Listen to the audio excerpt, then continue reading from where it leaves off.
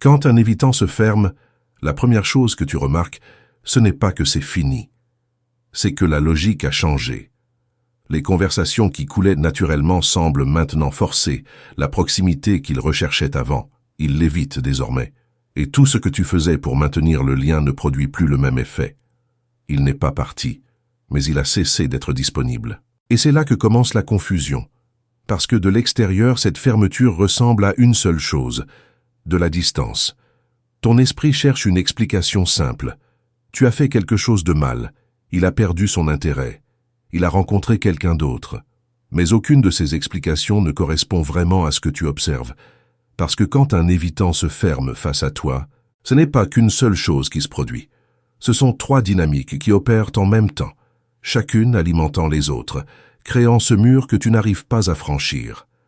C'est ce qui rend cette fermeture si désespérante.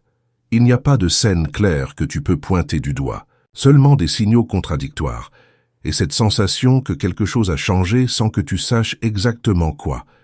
Et plus tu essaies de comprendre depuis l'émotion, plus tu te perds, parce que tu cherches à déchiffrer trois mouvements simultanés comme s'il s'agissait d'un seul. Ce que presque personne ne reconnaît, c'est que ces trois choses se produisent toujours ensemble quand un évitant se ferme. Non pas parce que tous les évitants sont identiques, mais parce que cette fermeture n'est pas une décision consciente. C'est une réaction automatique qui active trois processus internes simultanés. Et quand tu ne les identifies pas, tu finis par réagir à la distance sans comprendre ce qui la génère. Voilà le problème. Si tu ne vois cette fermeture que comme du rejet ou de l'indifférence, tu vas réagir à ce qui semble se passer, pas à ce qui se passe réellement.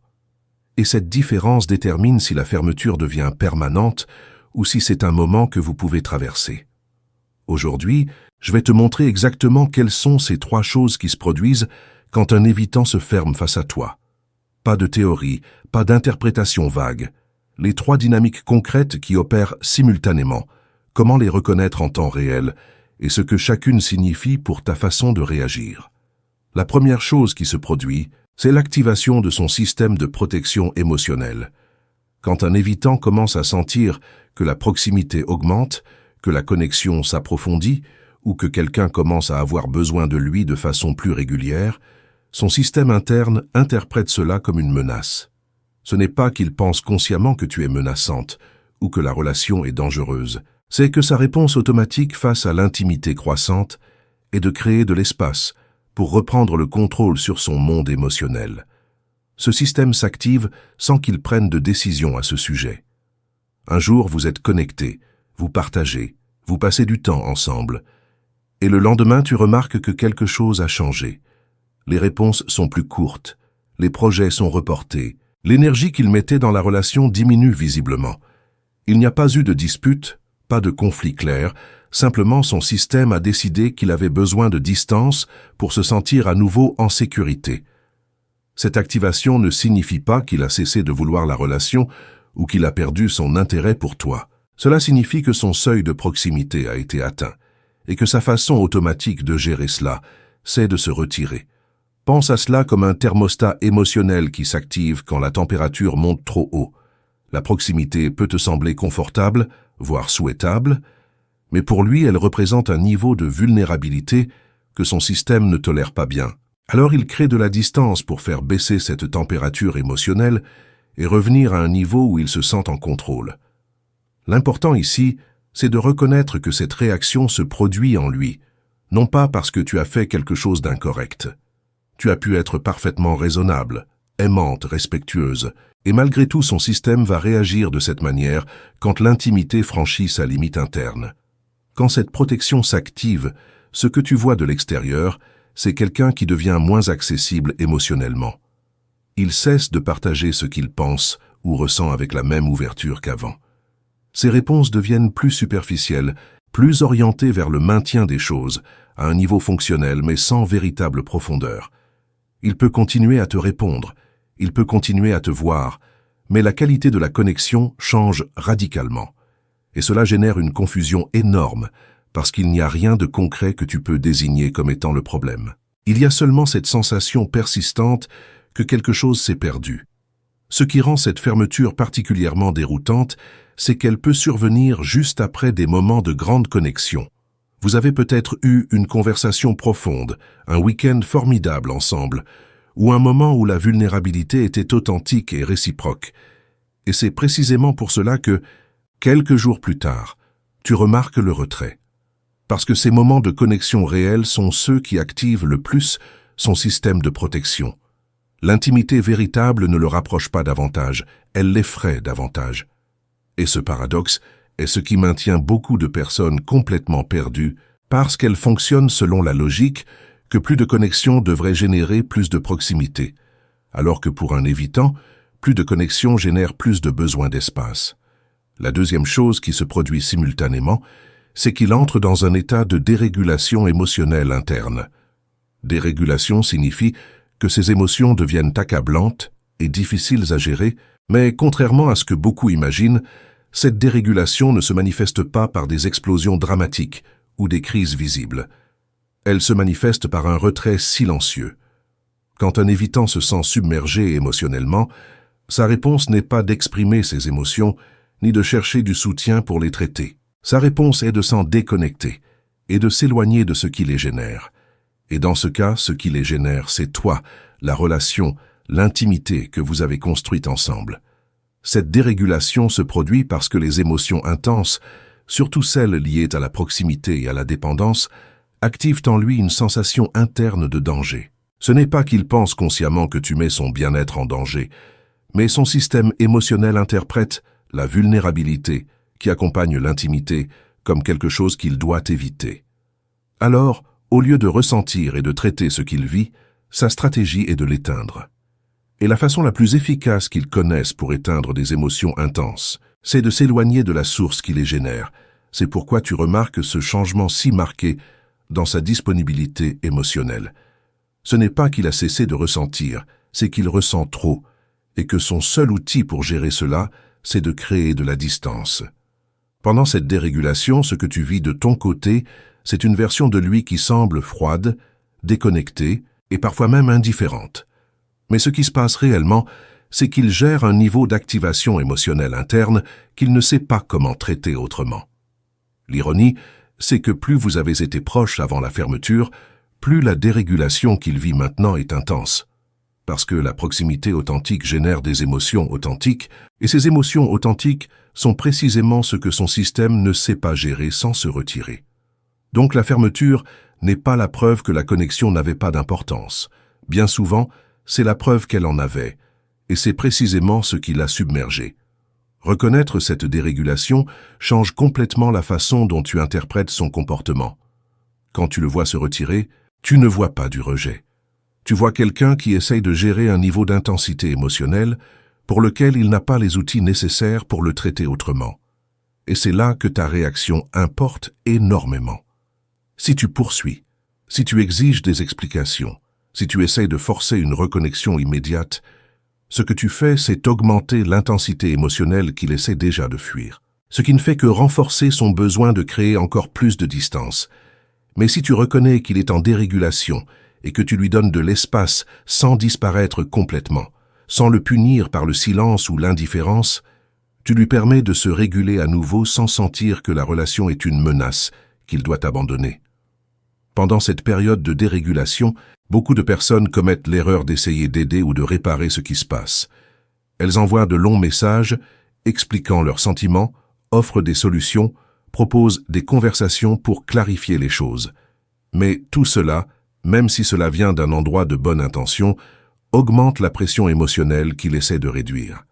Chaque message, chaque tentative de connexion, chaque offre de parler, est perçu par son système comme plus de demandes émotionnelles qu'il ne peut pas gérer à ce moment-là. Et paradoxalement, plus tu essaies d'aider, plus il a besoin de s'éloigner. La troisième chose qui se produit, c'est qu'il commence à renégocier intérieurement le niveau d'engagement qu'il peut tolérer dans la relation. Ce processus de renégociation n'est pas quelque chose qu'il fait de façon consciente ou délibérée. Il ne s'assoit pas pour réfléchir méthodiquement à combien d'engagement il veut maintenir avec toi. C'est un processus automatique qui se produit quand son système sent que le niveau actuel d'intimité ou de dépendance est insoutenable pour lui. Alors il commence à ajuster, à recalibrer, à chercher un niveau de connexion qui lui semble plus gérable de son point de vue interne. Et cet ajustement, c'est ce que tu vis comme la fermeture. Pendant cette renégociation, ce que tu observes, ce sont des changements dans son comportement qui reflètent ce nouveau niveau d'engagement qu'il recherche. Il peut réduire la fréquence à laquelle il te voit, il peut être moins régulier dans la communication, il peut éviter les conversations sur l'avenir ou sur la définition de la relation avec plus de clarté. Tout cela ne signifie pas nécessairement qu'il veut rompre. Souvent, cela signifie qu'il cherche un juste milieu entre te garder dans sa vie et ne pas se sentir submergé par la proximité. Le problème, c'est que ce juste milieu qu'il cherche coïncide rarement avec ce dont tu as besoin ou avec ce que tu attendais de la relation. Et cette différence, c'est là que surgit le véritable conflit. Cette renégociation interne se produit sans qu'il te consulte, sans qu'il t'explique ce qui se passe, et souvent sans qu'il comprenne lui-même complètement pourquoi il a besoin de faire cet ajustement. Il sent simplement que le niveau de connexion que vous aviez avant ne lui semble plus tenable, et sa façon de gérer cela, c'est de reculer vers un niveau qu'il peut gérer. Ce qui est frustrant pour toi, c'est que ce recul se produit sans conversation, sans avertissement, sans accord mutuel. Un jour, la relation était à un certain niveau, et le lendemain, il fonctionne depuis un niveau complètement différent, et tu te retrouves à essayer de comprendre ce qui a changé et pourquoi. Ce qui complique encore plus cette renégociation, c'est que le niveau d'engagement qu'il peut maintenir fluctue constamment. Ce n'est pas stable ni prévisible. Il y a des moments où il peut gérer plus de proximité, où il se sent en sécurité et connecté, et il y a des moments où il a besoin de reculer drastiquement. Et ces changements n'ont pas toujours à voir avec ce qui se passe dans la relation. Ils peuvent être influencés par le stress dans d'autres domaines de sa vie, par des événements passés qui se sont réactivés de façon inattendue, ou simplement par l'accumulation progressive d'intimité qui finit par dépasser sa capacité à la tolérer. Donc tu te retrouves dans une relation où le niveau de connexion disponible change constamment et tu n'as jamais de véritable certitude sur où vous en êtes. Quand ces trois dynamiques opèrent simultanément, l'activation du système de protection, la dérégulation émotionnelle interne et la renégociation du niveau d'engagement, ce que tu vois, c'est une fermeture qui semble totale et irréversible. Mais en réalité, c'est un processus complexe où plusieurs forces internes travaillent en même temps et chacune affecte la façon dont ils se comportent avec toi. La clé, c'est de ne pas interpréter la fermeture comme un seul mouvement avec une seule signification. Parce que si tu le fais, tu vas réagir d'une manière qui va probablement aggraver la situation au lieu de créer de l'espace pour que ces dynamiques se résolvent. La plupart des personnes, quand elles font face à cette fermeture, réagissent depuis l'anxiété ou depuis l'orgueil blessé. L'anxiété te pousse à poursuivre, à chercher des explications, à essayer de te reconnecter de façon urgente. L'orgueil te pousse à t'éloigner complètement, à couper la communication, à lui montrer que sa distance ne t'affecte pas. Ces deux réponses ignorent ce qui se passe réellement. La poursuite augmente la pression émotionnelle qu'il essaie déjà de fuir, ce qui renforce son besoin de plus de distance. L'éloignement complet confirme sa croyance interne que la proximité finit toujours par une perte, ce qui renforce son schéma de ne pas se permettre de se connecter profondément. Alors comment réagir quand ces trois choses se produisent? Premièrement, tu reconnais que sa fermeture n'est pas une évaluation de ta valeur, ni une déclaration sur l'avenir de la relation. C'est une réaction automatique à l'intensité émotionnelle que la proximité a générée en lui. Deuxièmement, tu lui donnes de l'espace sans disparaître. Cela signifie que tu ne poursuis pas, mais tu ne coupes pas non plus la communication de façon dramatique. Tu maintiens une présence calme qui n'exige rien et ne punit pas. Troisièmement, tu utilises ce temps pour évaluer si le niveau de connexion qu'il peut offrir est suffisant pour toi, non pas depuis le désespoir de ne pas le perdre, mais depuis la clarté de savoir ce dont tu as besoin dans une relation. Ce dernier point est capital, parce que souvent les personnes se concentrent tellement sur la compréhension de l'évitant et sur la façon de réagir correctement qu'elles oublient de se demander si cette dynamique est quelque chose avec lequel elles veulent vivre à long terme. Comprendre pourquoi il se ferme ne signifie pas que tu dois accepter un niveau de connexion qui ne te satisfait pas. Cela signifie que tu as des informations claires pour prendre une décision éclairée sur le fait de savoir si cette personne, avec ses schémas, peut te donner ce dont tu as besoin dans une relation. Parce que la réalité, c'est que certains évitants peuvent apprendre à gérer la proximité différemment avec le temps, surtout s'ils ont la motivation de travailler là-dessus. Mais d'autres vont répéter ce cycle d'approche et de fermeture indéfiniment, et aucune quantité de compréhension de ta part ne va changer cela. Une partie de la réaction avec précision implique aussi d'observer la fréquence et l'intensité de ces fermetures. Si cela arrive une fois pendant un moment particulièrement stressant ou vulnérable, c'est une chose.